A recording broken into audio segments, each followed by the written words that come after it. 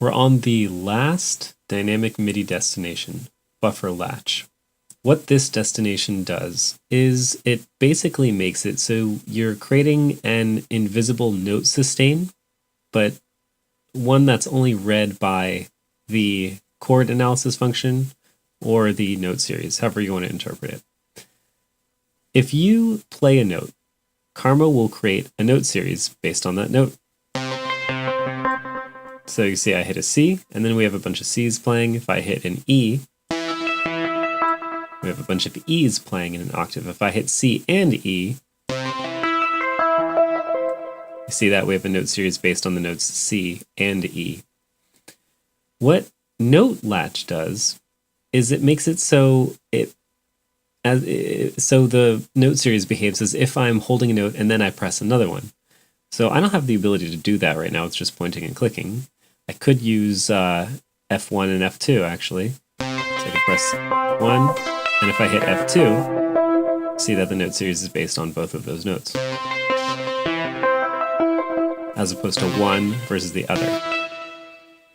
So if I put on note latch, it basically makes it like I've sustained my notes. So I could hit a C, and then if I hit an E, you see it actually adds to the note series. I could hit any other notes that I want, and it would just keep adding to the note series. So again, it's like an invisible note latch, or like an invisible note sustain. You can think of it like that. It makes it so you keep adding to the note series instead of having the note series reset with every new note. The next thing that I want to go over is module pause with it patched into the last module that was triggered. That's all that this L means.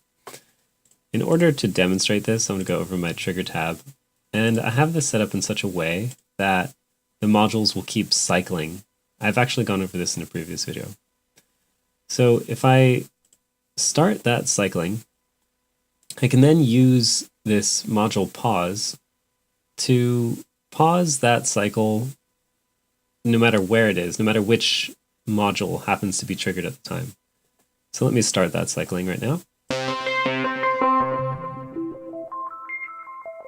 Let me actually reset this real fast, since I don't want note series 2 to be based on 2 notes. There we go.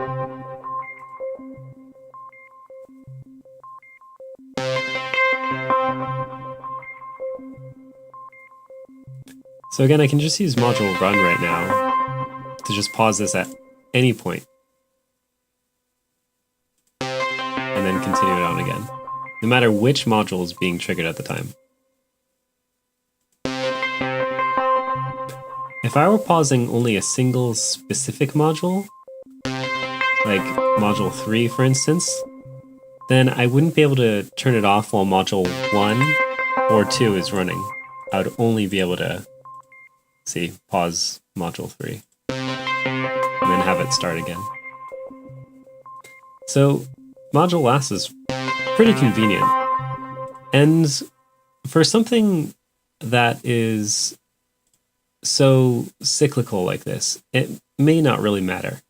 But for something more dynamic, like let's say you have different modules zoned to different parts of the keyboard, then it could help to have a dynamic MIDI destination run around depending on which module you triggered last from some specific zone in the keyboard. So that's it for this one. And next time we'll go over seeds. We're actually almost done with the performance editor. And then we'll get to the real nitty-gritty with the GE design itself. Thanks.